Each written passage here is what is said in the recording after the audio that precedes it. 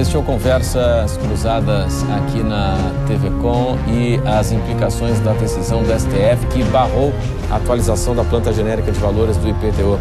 Agora, nós temos um desafio enorme pela frente, né? Na medida em que a demanda por serviços públicos de qualidade aumenta e não vai se ter aquela arrecadação esperada. É preciso, o professor diz que é uma necessidade cortar custos na nossa casa, no poder público, nas empresas, na iniciativa privada, enfim, permanentemente, né? O Carlos Júlio, que é comentarista da CBN, na área de gestão, diz que cortar custos tem que ser igual cortar unha, tem que fazer sempre, né? Não dá para parar. Agora vai ter que sair de algum lugar isso aqui. Vai ter que sair de algum lugar. Se aumenta 70 milhões o custeio da máquina e teremos aí uma redução de expectativa de receita na ordem de 70 a 90 milhões, está faltando uma fatia considerável aí, né?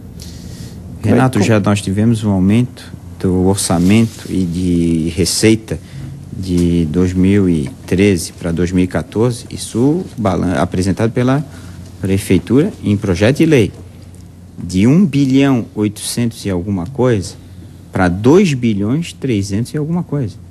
Nós tivemos um aumento de 31,48% da receita disponível para gerência e para administração nesse ano. Por isso, assim, eu peço permissão para nossa cultura, principalmente no Brasil, a gente não tem essa cultura de fazer agradecimento público a presidente de entidade. Mas eu peço a liberdade aqui no Conversa Cruzados para registrar um agradecimento ao presidente Hélio Bairros, do Sinduscom, o presidente Fernando, do Secov, da qual aqui o Alcide está representando, o presidente da AMP, o doutor Fábio Braga, da ACIF, a Sara, do Sindimóveis. ACIF é o Sander. O Sander, perdão, a ACIF e o Sander, o Sindimóveis, o Antônio Moser, o CDL, que é a Sara, a CEINFLO, o Álvaro, o CESCOM, que é o Fernando Baldiceira, do Sindiparque, o André Luiz Otterman, do Sindicato das Indústrias Mobiliárias, o Orlindo da Silva, e do Sindipedras, o José Simardi. E eu gostaria também de fazer um agradecimento ao doutor Maurício Spiller e ao doutor Bill e o desembargador aposentado Anselmo Cerello, que acompanharam, que todos esses contribuintes tiveram ato de coragem, assim como o prefeito tem um ato de coragem de rever a planta genérica, rediscutir a questão do transporte público, rediscutir questões relativas ao mercado público, e todos esses presidentes de entidades que participaram disso não têm objetivo político, mas apenas o objetivo da legalidade, e queriam apenas a defesa de todos os contribuintes dessa nossa cidade, que merece crescimento, merece gerência e merece todos os aprimoramentos. Então não justifica o argumento de que, olha, vai faltar dinheiro, então os serviços públicos e tal não vão ser aquilo que vocês estão esperando. Eu tenho uma dúvida. Eu tenho uma grande dúvida. Depois eu faço alguma colocação. Veja bem, aqui. Há quanto tempo se fala na duplicação da Edu Vieira? No mínimo 15 anos. A universidade, lá aquele conselho universitário, entende?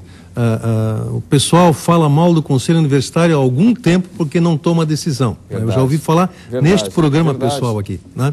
Quer dizer que sempre se falava na duplicação da Edu Vieira, mas não tinha recurso para duplicar? Ou alguém já imaginava que para o ano de 2014 se aumentaria em não sei quanto por cento o IPTU e que desses recursos ia se tomar dinheiro para duplicar a Edu Vieira? E 60 milhões para o teleférico. Era assim? Era assim? Na verdade, ou no poder público você faz um planejamento e esse planejamento, né, mesmo que seja visionário, sempre tem uma âncora no chão e que diz os recursos vêm de tal fonte. Nós fizemos então me parece que isso aí precisa ser revisto. Não é bem assim. O Renato aqui, professor, um estudo que o jornalista Moacir Pereira publicou na coluna dele fazem 2 semanas, né? Sim. Então, que mostra, né, que as receitas com IPTU e ITBI em Florianópolis, per capita, estão entre as maiores do país. Né? Então, isso coloca Florianópolis já com uma arrecadação de receitas ordinárias bastante relevantes comparado com as outras cidades, né? Vou dar um pequeno exemplo aqui, né? Sobre a receita de ITBI, né, que é um outro problema que é talvez mais grave que o próprio IPTU que tem na lei, né, que é o aumento da alíquota do ITBI. Florianópolis é a segunda capital do país em arrecadação per capita, só atrás de Porto Alegre. Nós arrecadamos 55 milhões de reais. As receitas com IPTU e com ITBI crescem todos os anos, né?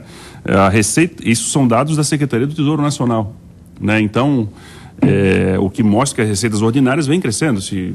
Como eu falei, no blog do Moacir Pereira tem lá o estudo publicado, deixei aqui com vocês, vou deixar com a professora aqui também uma cópia, e com o professor Salme. Sem dúvida a prefeitura, né, vai ter que usar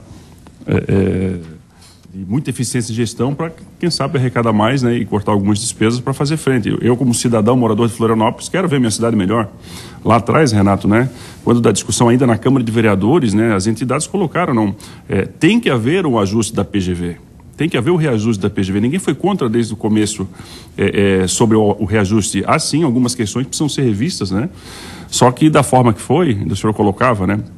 Faltou o diálogo técnico ainda no procedimento administrativo, dentro da comissão que avalia a PGV. Tem uma lei municipal de 2002. Comissão de avaliação da PGV não passou lá, né? E depois também na própria Câmara de Vereadores, com as audiências públicas, né? Nós protocolamos pedido de audiência pública nos gabinetes dos 23 vereadores. Sugerimos, não dá tempo porque tem que ser aprovado. Faz uma reunião conjunta das comissões. Se coloca em público, apresenta o estudo, né? A própria OAB, ela na sua nota, ela coloca que o estudo só foi mandado para a OAB, o estudo da PGV, depois da lei estar aprovada, sancionada e publicada. Que fere o princípio da transparência. Então, a forma como foi aprovada é que as entidades se colocaram contra, né, entidades renomadas da cidade, importantes, como a CIF, CDL, Secov, Sinduscom, AMP, como tantas outras, né? Para o senhor ter ideia, professor Salme, na semana passada, ainda antes da decisão do ministro, nós fizemos uma reunião de terça para quarta-feira, em menos de 24 horas, reunimos 14 presidentes de entidades, para ver o grau de mobilização que essas entidades estão, né, e continuam mobilizadas, né, que o assunto... Mas vocês são contra que haja um aumento no IPTU da cidade? Não, isso foi o que nós colocamos, a nota também publicada no blog do Moacir tem lá. Em nenhum momento nós nos colocamos contrário ao reajuste da PGV, ao aumento do IPTU, em nenhum momento. Só que tem que ser feito com razoabilidade, com proporcionalidade, com discussão pública, né? O reajuste da PGV do predial foi feito ainda no final da década de 90, começo ali de 2001, 2002, se eu não me engano. E houve uma ampla discussão, o Secov participou, o Cresci participou. Assim que tem que ser. Foi escalonado a aplicação da nova PGV do predial, né? O que nós estamos falando agora é só do territorial, é só de 50% do valor do imóvel. Você imagina se você fizer novamente a atualização da PGV do imposto predial, que também está há 10 anos desatualizado. Até porque... tem isso aí também, né? Até porque o IPTU, a base de cálculo, vem sendo atualizada pelo IPCA, que isso nesses últimos anos deu mais de 170%. Exatamente, em 16 anos 170% foi reajustado o valor do IPTU. Eu desconheço qual é a classe trabalhadora que teve esse aumento nesse último período. Não é uma coisa assim que se pudesse ter uma proporção da qual estivesse totalmente absurda, não.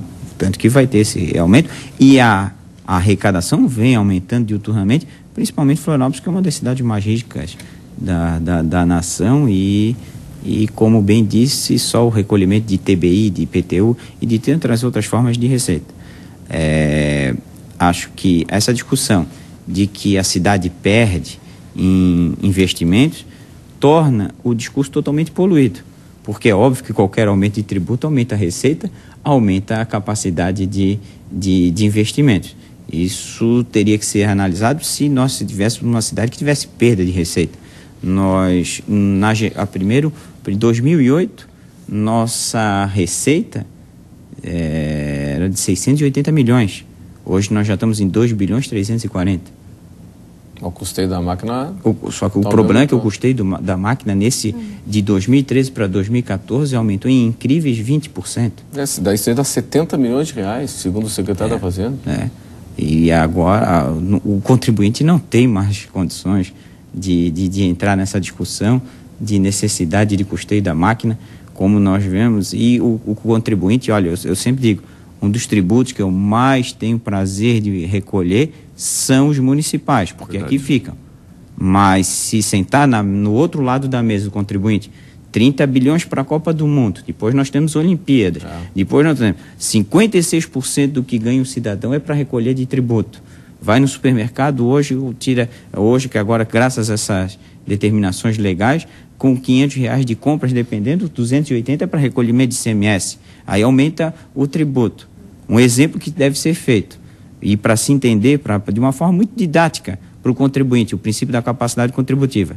Imaginem só uma classe de servidor público, pode ser da magistratura, que anos está sem aumento. Mentira, o último ano um juiz me corrigiu que teve aumento de 2,7%, e de tantos, até dos próprios funcionários da prefeitura municipal, que há anos não tem aumento, fizesse um estudo e mostrasse, olha, a representação econômica e a representação que eu tenho que ter do passado para hoje, eu teria direito a ter um aumento de 1.500%. O que responderia o gestor?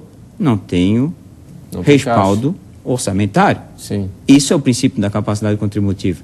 Não adianta aumentar 1.500%. O cidadão está há anos sem aumento. E é o princípio da capacidade contributiva, tem que levar o mais importante dos tripés: inflação, economia e reposição salarial. Mas tem uma questão que não foi trazida para o debate aqui, que sempre me aflige. Pode ser depois. Pode ser depois do intervalo, professor? Então tá, nós vamos para o intervalo e em instantes estaremos aqui de volta no Conversas Cruzadas. Até já.